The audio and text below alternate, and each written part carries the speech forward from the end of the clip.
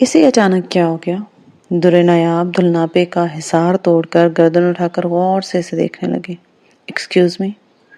وہ اچانک باہر نکل گیا۔ اس کا رخ ٹیرس کی طرف تھا۔ ٹیرس پر آ کر وہ فضا کے ملجھے اندھیرے میں اپنے اندر ابھرتے اس طوفان کی نوعیت کو جاننے کی کوشش کرنے لگا جو اچانک قلب پر وار کرنے لگا تھا۔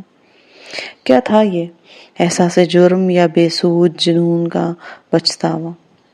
بعض اوقات مرضی کا فیصلہ بھی جان کا پھندہ بن جایا کرتا ہے۔ جب وہ کچھ ہو جاتا ہے جو ہم چاہتے ہیں تو اس کے بعد خود بخود سوال دل میں جنم لینے لگتے ہیں، اور بس یہی چاہتے تھے تم۔ کیا مل گیا تمہیں وہ سب کچھ پا کر جس کے لیے تم نے زمین آسمان ایک کر چھوڑے تھے؟ کیا یہی تھی تمہاری منزل؟ تو لو، مل گئی منزل۔ اب کیا کرو گے؟ تمغہ تو سچ گیا حصول مقصد کا۔ اب آنے والے شب و روز کو کس بہلاوے کے تحت گزارو گے؟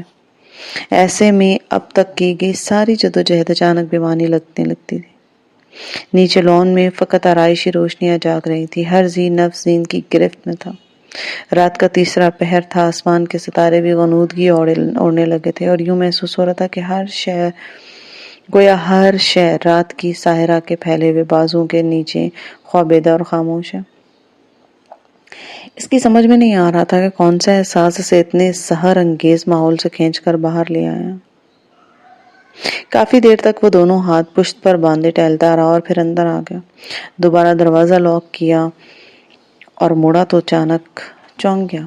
کمرے کی تیز لائٹس آف تھیں۔ در نایاب ڈریس، میک اپ، جیولری اور انداز نشست سب کچھ بدل چکے تھے۔ ہلکے آسمانی سادہ کاٹن کے سوٹ میں تکیے سے ٹیک لگائے وہ نیم خوابیدہ تھے۔ لاک کا کھٹکا ہوا تو بمشکل سر اٹھا کر اس نے دیکھا۔ اس کی آنکھیں نیند سے بھری ہوئی تھیں۔ سائیڈ لیمپ کی ہلکی سی روشنی میں الجھا اس کا چہرہ پریشان اور تھکا تھکا لگ رہا تھا۔ مہران اس کے ناآسودہ سراپے پر لکھی تحریر کا ہر حرف پڑھ سکتا تھا۔ وہ بیڈ کی دوسری سائیڈ پر دراز ہوا۔ چند لمحے میں ماحول میں سناٹا اور سانسوں کا ارتعاش پھولتا رہا۔ در نایاب اپنی جگہ ساکت لیٹی تھی۔ آپ ابھی تک سوئی نہیں؟ مان وہ اس کی طرف پلٹا اور بڑھا کر اپنے بازو کے گھیرے میں لے لیا۔ میرا انتظار کر رہی تھی؟ کیا نہیں کرنا چاہیے تھا؟ چند ساعت بعد ٹیبل لیمپ آف کر دیا گیا۔ حالات سنبھلتے اسے گھر واپس لایا جا چکا تھا۔ فی الحال تو وہ سکون آور گولیوں کے زیر اثر سو رہی تھی۔ گھر میں ایک وحشت ناک سکون طاری تھا۔ ہر فرد اپنی جگہ اپنی پیش آنے والے اس غیر متوقع واقعے پر ہل کر رہ گیا تھا۔ زخموں کا منہ سلتے ہی طلب انگڑائی لے کر جاگ اٹھی تھی۔ میں مر جاؤں گی بی بی جان، آپ کو خدا کا واسطہ ہے، رسول کا واسطہ ہے، مجھے تھوڑی سی لا دیں۔ وہ سر تھام کر رہ گئی تھی۔ تجھے بھی اس خدا کا واسطہ ہے، کچھ ہوش کر، کچھ شرم کر، کچھ سوچ، کیا مانگ کیا رہی ہے؟ کیوں حیا نہیں آتی تجھے؟ بس ایک بار بی بی جان، صرف ایک بار۔ زہر ایک بار پیا جائے یا 10 بار، زہر زہر ہی ہوتا ہے، امرت نہیں بن جاتا۔ نہ میرا کلیجہ جلا، خود کو سنبھال۔ کیوں میرے عذابوں کو ایک دن لمبے کر رہی ہے؟ اب تو خدا سے ایک ہی دعا ہے کہ اے اللہ پردہ کرا دے اس دنیا سے۔ بہت جی لیا، بڑے کشٹ اٹھا لیے، اب معاف کر دے۔ وہ اس کے سرہانے پر بیٹھ کر ہاتھ میں سیب اور کیلوں کی ٹرے لے کر رو رہی تھی۔ لے یہ کھا، اپنی جان بنا، طاقت پکڑ، بھول جاؤ اس زہر کو۔ انہوں نے سیب کاٹ کر ایک کاشس کے ہاتھ کی طرف بڑھے۔ مجھے نہیں کھانا بی بی جان، آپ کو اپنی اس جان کا واسطہ جو آپ کو سب سے زیادہ پیاری ہے، بی بی جان پلیز۔ وہ کانپتے ہوئے ہاتھوں سے پھوٹ پھوٹ کر رو رہی تھی۔ یا اللہ میں کیا کروں؟ دیکھ امبر، بس کر دے اب، نہ لے میرے صبر کا امتحان۔ ہماری بے خبری میں تو نے جیسے خود کو برباد کیا سو کیا، مگر اب میں اپنی آنکھوں کے سامنے تجھے موت کے منہ میں جاتا نہیں دیکھ سکتی، اور نہ میں خاموش تماشائی بن سکتی ہوں۔ تیرے بابا جان نے کہا ہے کہ پاؤں سے زنجیر باندھ کر تجھے کمرے میں بند کر دیا جائے۔ وہ یہ بھی کہہ رہے تھے، اگر پھر بھی اس نے اپنی ضد نہ چھوڑی تو وہ ہاتھ پاؤں توڑ ڈالیں گے۔ وہ بہت غصے میں، جانے کس طرح اپنے اندر کی آگ دبائے خاموش بیٹھے۔ ان کی برداشت مت آزما۔ آپ جائیں بی بی جان، میں اسے کھلاتی ہوں۔ شاہین الماری میں دھلے ہوئے کپڑے سیٹ کرنے کے بعد خاموشی سے بیڈ پہ آئی۔ بی بی جان کا جواب دے گیا تھا اور وہ ٹرے پٹک کر اٹھ کھڑی ہوئی۔ اور ہاں، تم 24 گھنٹے اس کے ساتھ رہو گے اس کمرے میں، اسے اکیلا نہیں چھوڑو گی، اس کی دیکھ بھال اب تمہاری ذمہ داری ہے۔ ٹھیک ہے بی بی جان، یوں بھی مجھے کالج کے بعد اور کوئی مصروفیت تو ہوتی نہیں۔ وہ امرین کے سرہانے بیٹھ گئی اور بی بی جان اس کو ٹرے پکڑاتے ہوئے چلی گئی۔ یہ لو شاہین، امبر نے ماں کے منظر سے ہٹتے 1000 کا توڑا موڑا نوٹ اپنے گریبان سے نکال کر اس کی طرف بڑھا دیا۔ یہ کہاں سے آیا تمہارے پاس؟ جو ڈاکٹر مجھے چیک کرنے آیا تھا نا، اس کی سائیڈ پاکٹ سے نکالا ہے۔ وہ میری طرف سے سائیڈ کی سرنج بھر رہا تھا جب میں نے اپنے ہاتھ کی صفائی دکھا دی۔ آپ نے چوری کی ہے؟ شاہین آنکھیں پھاڑے صدمے کے عالم میں اس کی صورت دیکھنے لگی۔ ادھر کوئی احساس شرمندگی رقم ہی نہیں تھا۔ ایک بار لیلا منزل میں کسی نے بتایا تھا کہ اگر یہاں سے خوراک نہ ملے تو کس جگہ سے لینی ہے، زیادہ دور نہیں ہے، کل تم کالج جاؤ گی نا؟ جوش کے مارے وہ اٹھ بیٹھی اور شاہین کا کندھا، واپسی پر اس جگہ اترنا اور وہاں سے لینا۔ آپ کا دماغ خراب ہو گیا امبر باجی؟ شاہین خوفزدہ ہو کر پیچھے ہٹ گئی تھی اور بے ساختہ جھرجھری لے رہی تھی۔ میری بہن نہیں ہو؟ بہن ہوں، اسی لیے آپ کو صحت مند اور خوش باش دیکھنا چاہتی ہوں۔ دیر سے سونے کے باوجود اس کی آنکھ معمول سے پہلے کھل گئی۔ سچ تو یہ تھا کہ نیند لے ہی نہیں سکا تھا۔ منتشر سوچوں نے اس کے دل اور دماغ پر حملہ کیا تھا۔ ذہنی دباؤ سے بے چین ہو کر بار بار اس کی آنکھ کھل رہی تھی۔ بالآخر تنگ آ کر وہ اٹھ بیٹھا۔ فجر کی اذانیں شروع ہو چکی تھی۔ نائٹ بلب کے ہلکے نیلے غبار میں اس نے گردن موڑ کر اپنے بائیں جانب محو خواب اس گلابی ریشمی ملائم جیتی جاگتی قیامت کے ایک منظر کو دیکھا۔ اس کے انداز استراحت اور ملبوس کی بے ترتیبی نے کوئی تیز احساس مہران کے خوابیدہ اعصاب کو چبھویا تو بے ساختہ اس نے نظریں چرا لی۔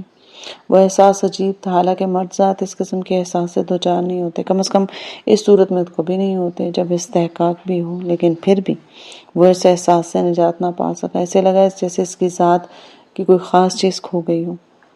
عجیب سے مسمحل خیالوں میں الجھتے ہوئے اس نے شاور لیا اور پھر نماز ادا کرنے کے لیے فیصل مسجد چلا گیا۔ گاڑی نکالنے کے بعد اس نے خود گیٹ کھولا کیونکہ رات کا تھکا ہوا ناظر اس وقت گہری نیند میں تھا۔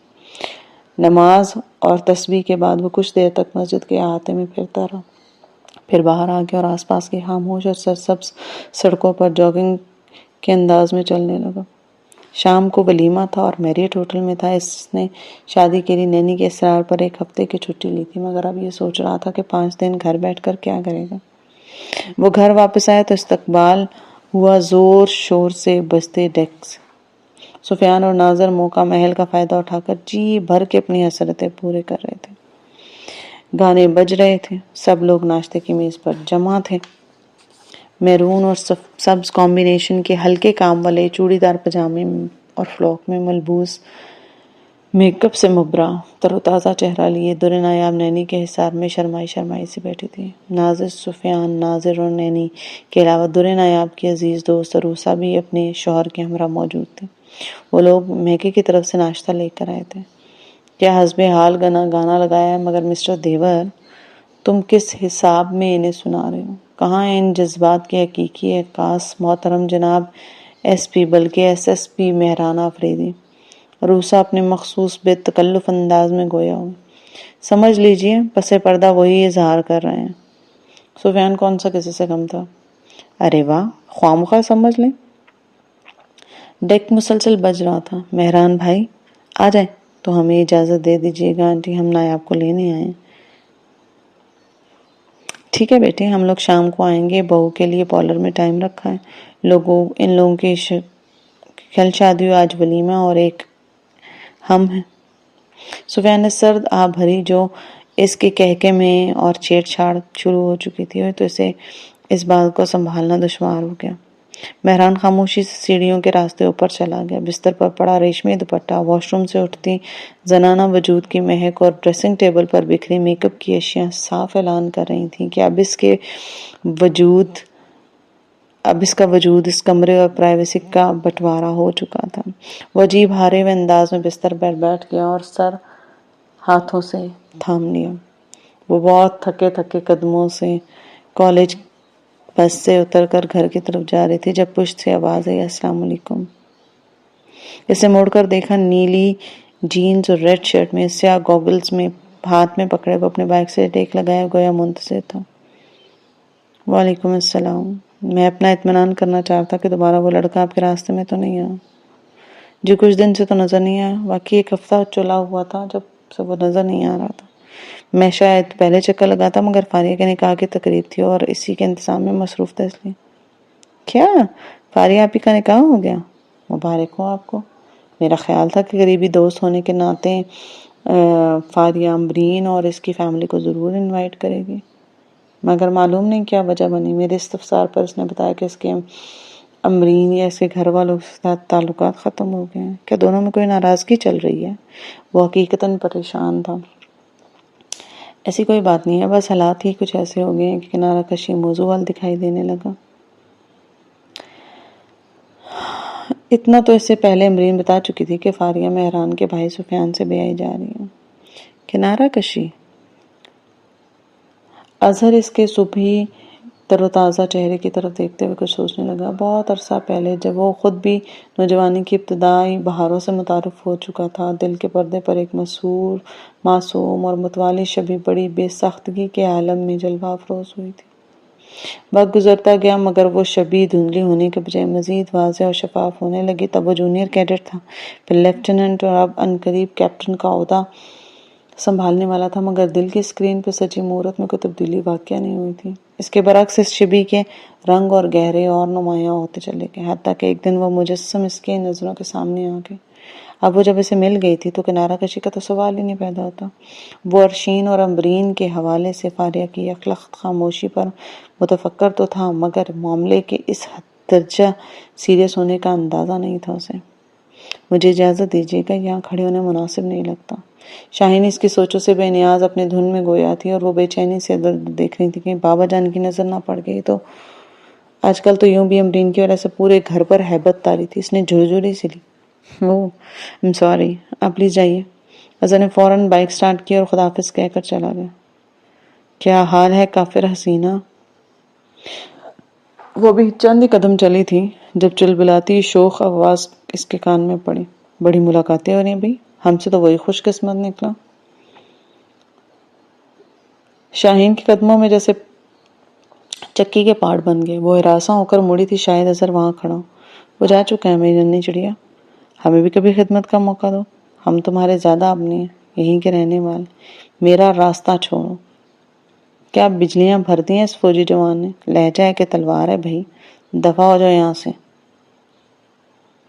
احساس ذلت سے مر جانے کو جی چاہا. لامحالہ وہ کنی کترا کر آگے بڑھی اور وہ کسی شوق و شنگ گنگناہٹ میں مصروف ہو گیا اور مسلسل اس کے ساتھ قدم بڑھانے لگا. یا خدا کیا کروں، کسی کی نظر پڑ گئی تو افسانہ بن جائے گا. اور ابا نے دیکھ لیا. کیا چاہتے کیا ہو؟ بہت کچھ. تمہارا یہ حسن، یہ جوانی، یہ ادا و نازیں. وہ بند کرو اپنی بکواس. ناچار اس نے قدم دوبارہ آگے بڑھائے. کر قریب آتا جا رہا تھا اور فکر سے وہ ادھموئی ہوتی جاتی. جاؤ اب جان چھوڑو. ایک بار پھر کہوں، ہونی ہو کر رہی. مور مڑتے ہی بابا جان گھر کے گیٹ کے سامنے کھڑے دکھائی دیے. ایک قدم پیچھے چلتے نوجوان کے ہلتے ہوئے ہونٹ اور بیٹی کی جوابی گفتگو کو وہ سن نہیں سکتے تھے مگر دیکھ تو سکتے تھے نا. او مائی گڈنس، وہ میرے بابا جان کھڑے. باپ رے، تھا تو لونڈا ہی نا. لڑکی کے باپ کو سامنے پا کر ساری بدماشی ہوا ہو گئی. چلتا ہوں بھائی، چلو. آج اس مہم کا یہ فائدہ ہو کہ آپ کے محل سرا کا پتہ چل گیا. تجسس تھا کہ کہاں رہتی ہیں شہزادی صاحبہ. وہ اپنے مخصوص لاپرواہ انداز میں فکرے اچھالتا خدا حافظ کہہ کر روانہ ہوا. شاہین کا جی چاہا کہ وہاں کھڑی ہو اور وہیں غرق ہو جائے. وہ من بھر کے قدم اٹھاتی گیٹ تک پہنچی تو حیرت انگیز طور پر بابا جان خاموش رہے. شاہین نے ان کے پاس سے گزرتے ہوئے چور نظروں سے ان کا چہرہ ملاحظہ کیا. وہ سڑک کے پار لگے درختوں کے پتوں پر نظریں جمائے ہوئے تھے. وہ اندر آ گئے. گھر میں داخل ہوئے تو ایک جھٹکا لگا. بی بی جان یہ کیا ہوا؟ یہ کیا کیا آپ نے؟ امرین باجی کو رسیوں سے کیوں باندھا ہے؟ امرین تڑے مڑے انداز میں بیڈ پر اوندھی لیٹی تھی. شاہین نے اسے سیدھا کرنے کی کوشش کی تو وہ بری طرح چیختی. کیا کرتی پھر بتاؤ؟ چھوڑ دو اسے اس کے حال پر. امبر باجی ہوش کریں، آنکھیں کھولیں. مجھے لا دو.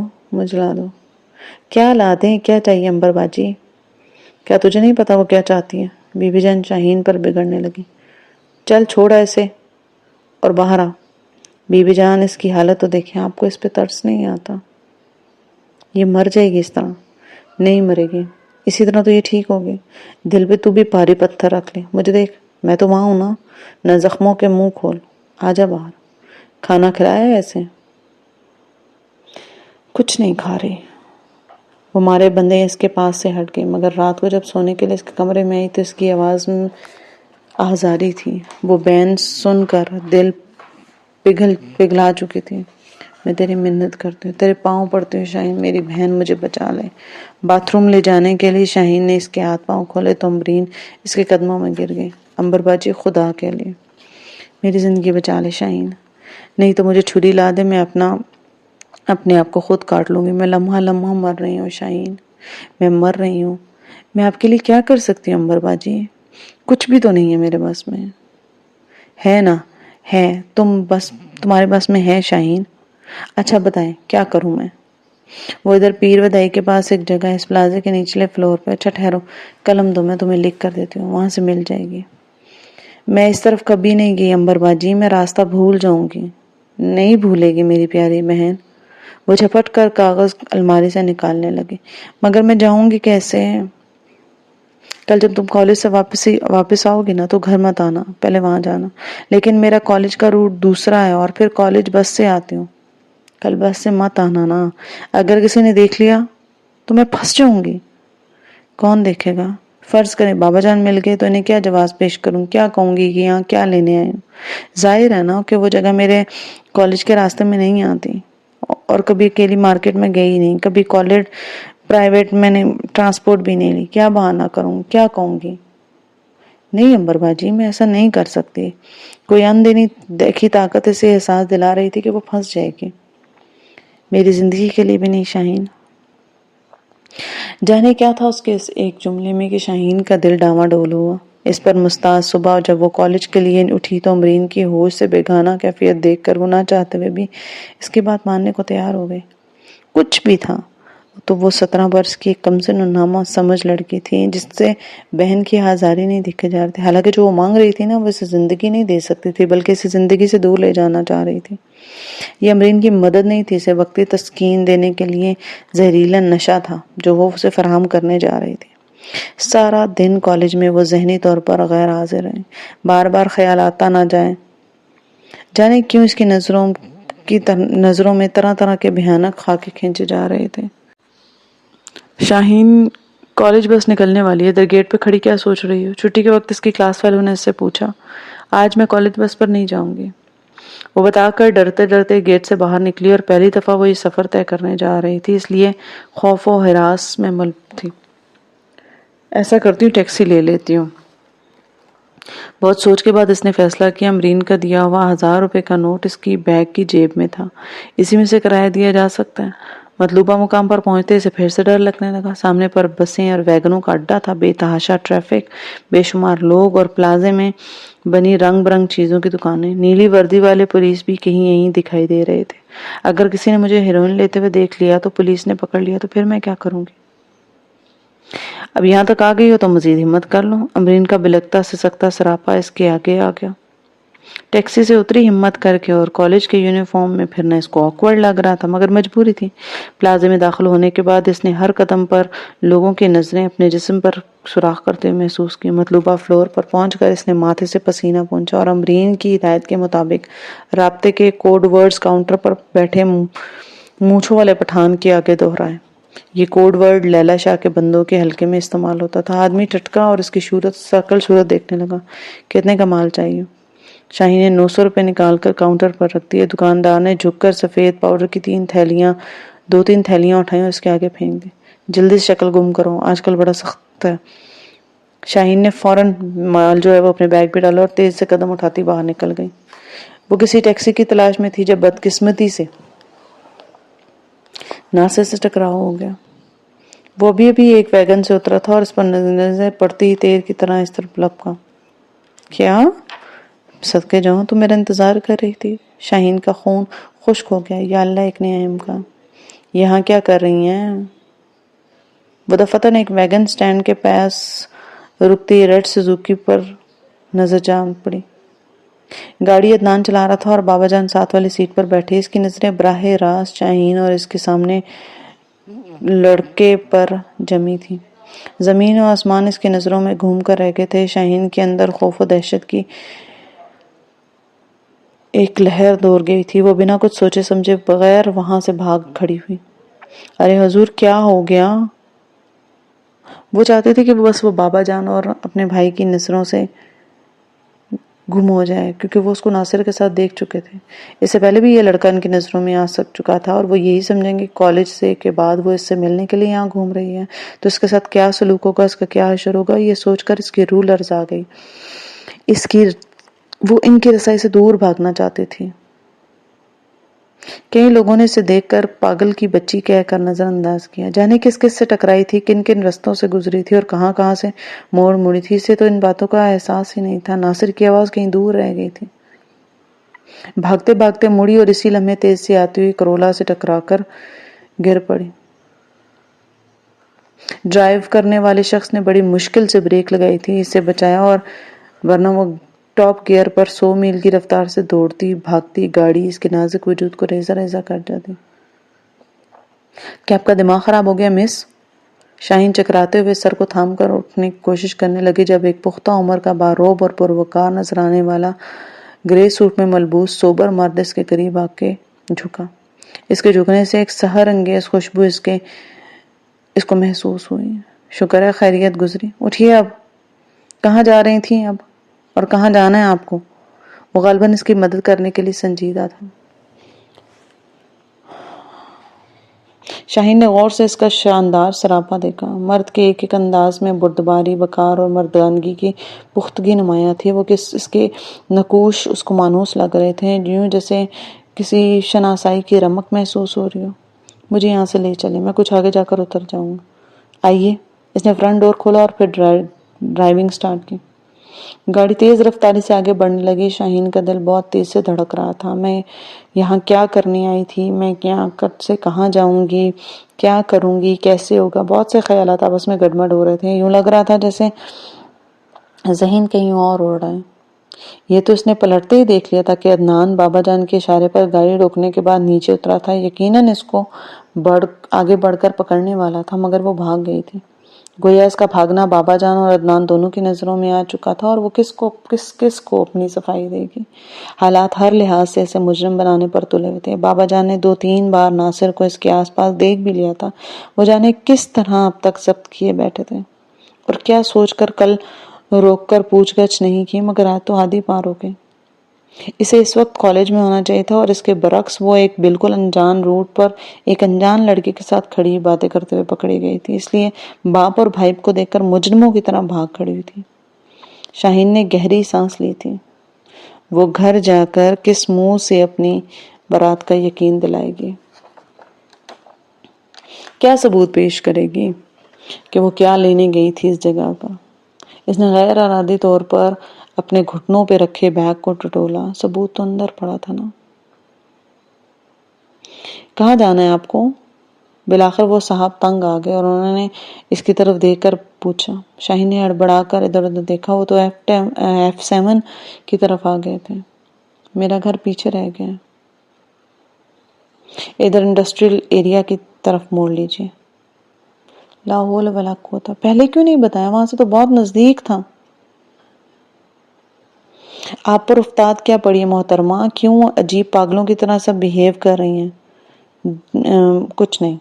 وہ سر جھکا کر بیگ کی زپ کھولتے ہوئے کچھ سوچ کر افریت سے الجھ گئے. اسے خبر ہی نہیں ہو کہ بیگ کی زپ کھلنے سے ہیروئن کے دونوں پیکٹ گاڑی کے فرش پر گر پڑے. خبر تو تب ہوئی جب ان صاحب نے اچانک گردن موڑ کر جھک کر انہیں اٹھایا. یہ کیا ہے؟ وہ بے یقینی سے کبھی پیکٹ اور کبھی اس معصوم نظر آنے والی بیوقوف سی لڑکی کو دیکھ رہے تھے. یا خدا! شاہین کا تو اپنا رنگ سفید پڑ گیا تھا.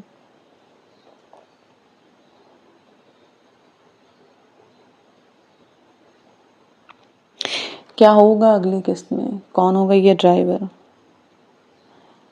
کیا شاہین واپس اپنے گھر جائے گی؟ کیا وہ اپنے بابا جان، عدنان، بی بی جان کا سامنا کرنے کے لیے تیار ہے؟ جاننے کے لیے سنیے اگلی قسط. ملتے نیکسٹ ایپیسوڈ میں. تب تک اپنا ڈھیر سارا خیال رکھیں. اللہ حافظ.